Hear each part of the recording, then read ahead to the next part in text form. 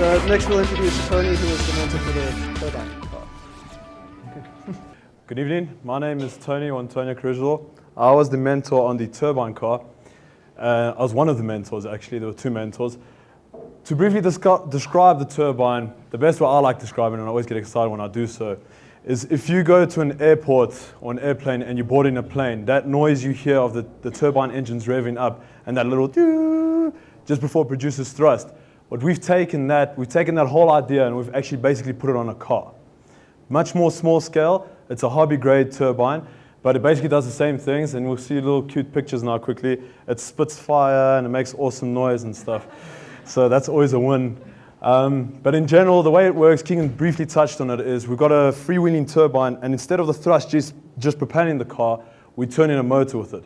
So there's a little gearbox, it reduces the ratio, so if the turbine's revving up at 70,000 revs, we've got it working at 7,000 revs. Yes, there's smoke, and it's amazing. Anyways, if we have time after this, you guys can come to the workshop, and it's much easier for me to describe how the turbine works. But in general, all it does is it turns an electric motor and creates electricity. The principle is quite common. It's been done often before, but we're just doing it in an innovative way where we're using a turbine. Now, most of you are probably sitting here going, geez, this thing spits fire out and makes noise. How's it green? You know? And in general, at the moment, it's probably not the greenest, so there's fire and smoke. So I'm sure you guys are like, wow. So what we've done now is we're running on paraffin, which is pretty common. You can buy it at Macro. We've bought a 20-liter paraffin and it sits in our lab. And it kickstarts on paraffin. It revs up to a certain rev, and then it switches to fuel. And our fuel is paraffin, and it's mixed with kerosene oil, and it's really cool. And what we're trying to do now is, and what Charles was trying to say, we're trying to create platforms where it has growth. And the turbine, there's lots of growth for it. Because what we do now is we take this turbine and we go, how can we make it better? So first is the noise. So lots of people can complain about the noise. You put a nice muffler on there, you put nice exhaust, you get rid of your noise factor. Sorted. Then the green guys are going to come to me and go, this thing spits fire and it runs on paraffin. So I'm like, okay, cool. So we're going to run this thing on methane or on natural gas. So you start looking at things like methane or LPG, something like that. Now all of a sudden it's a green source that's quiet. Then the coolest thing about this thing is, if you guys, Sven just mentioned, or Charles, that the thing weighs about 40 to 45 kgs for a 5 kilowatt fuel cell, this thing is capable of producing 6 kilowatts. And it's literally this big. Your power goes out, whip out your turbine generator, throw it there. You want to impress your friends, you leave the muffler off, make nice noise. Impress your friends some more, run it on paraffin, make fire. But in general, the idea is we've got an awesome source that is full of potential for growth. At the moment, it's not the most greenest, it's not the best source out there, but we are varsity. What we have to keep in mind is we have to take a step back and think about what are we trying to achieve. We're trying to achieve something that allows people to grow and learn on. And these cars are the perfect vehicle.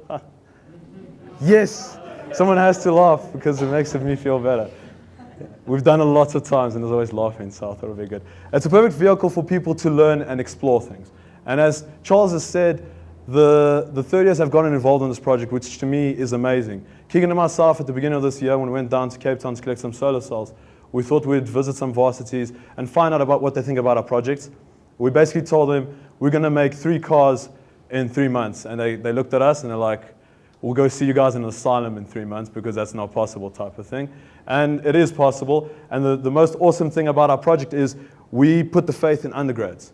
It's a workforce that's there and it's willing to learn. They're at varsity to learn. So what we've done is we've just taken a step back and we've gone, okay, we've got third years. You know, our lecturers brought us in like, we want you to be mentors and we want you to mentor third years to do these projects. And we're like, such high profile project, you want third years on it. And they're like, yeah. And it's worked out. The third years have worked with us, they've grown. And now the cool thing about it is we've got our third years that can transfer onto a 4th year level. We've got the 4th years now who want to become master students. And the cool thing about it is they've gotten used to the platform and they can start expanding it and making things cooler and making things greener and making it more efficient and on and on and on. So at the end of the day, what we have created is 3 platforms that excite people. If I go to a high school today, for example, well, not, tomorrow, and I go tell them, guys, let's do alternative energy, it's fun, it's going to save the world. They're just going to look at me blankly and go, you know, who's this idiot coming to my school?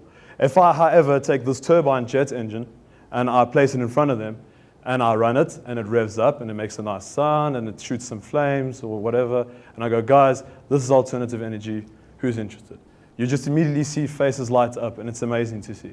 The cars themselves, we've had high schools come here. We've had, and I said it last time and I got shot down, we have School of Girls here that were interested in it as well, which we're very keen about. That's nice. It's nice to see girls doing engineering. Yeah. My friends are laughing because they know the truth. And in general, it's created a lot of hype. And just to put it into a bit more perspective, the car we did last year, which is as well a hybrid, we've taken it and we've published it at Africon, which is an IEEE conference. And they actually love the idea. And we actually have the potential, just on that vehicle itself, to create a journal from. So the amount of academic material that you can draw from it is actually intense. And the coolest thing about it is we're getting people interested in being innovative and getting involved in alternative energy, which is not something you can do, I don't know, to me it's something quite special. You don't do it much, because I've done the course in engineering before, and we've never had projects of this level where you can actually just get hands-on and see your theory come to life. And to me, that's one of the most important things we're doing here.